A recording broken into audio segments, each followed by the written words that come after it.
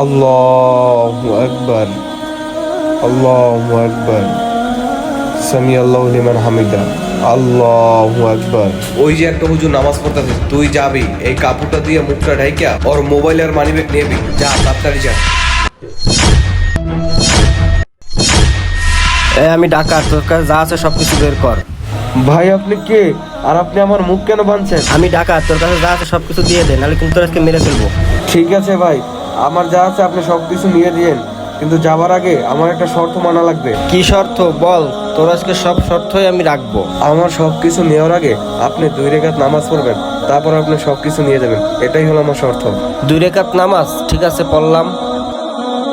আল্লাহু আকবার, আল্লাহু আকবার, সামি আল্লাহু লিমান হামিদা, আল্লাহু আকবার, আল্লাহু আকবার, আল্লাহু আকবার, আল্লাহু আকবার। আসসালামু আলাইকুম রহমতুল্লাহ, আসসালামু আলাইকুম রহমতুল্লাহ, আমিন। হে আল্লাহ, আপনি সকল মুসলমানদেরকে হেদায়েত দান করুন। যারা অসৎ পথে চলে তাদেরকে তুমি সৎ পথে চলার তৌফিক দান করুন। আর যারা হারাম খায় তাদেরকে তুমি হালাল খাওয়ার তৌফিক দান করুন, আমিন। ভাই আপনি আমার কথা রেখেছেন, এই নেন আমার মোবাইলের মানিব্যাগ, এই দুইটাই আমার কাছে আছে, এগুলো আপনি নিয়ে যান। থাক হুজুর, আমার মোবাইল আর মানিব্যাগ লাগবে না, এগুলো আপনার কাছেই রেখে দেন। কেন ভাই, আপনি তো আমার মোবাইল মানিব্যাগের জন্য আমাকে মেরে ফেলতে চেয়েছেন, তাহলে এখন কেন লাগবে না?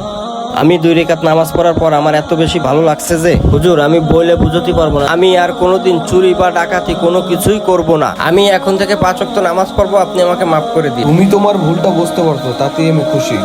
আমি দোয়া করি সকল মুসলমানদেরকে আল্লাহ যেন এভাবেই হেদায়েত দান করুন। এই ভিডিওটা যে শেয়ার করবেন তার 7 দিনের মধ্যে ভালো একটা সুখবর আসবে।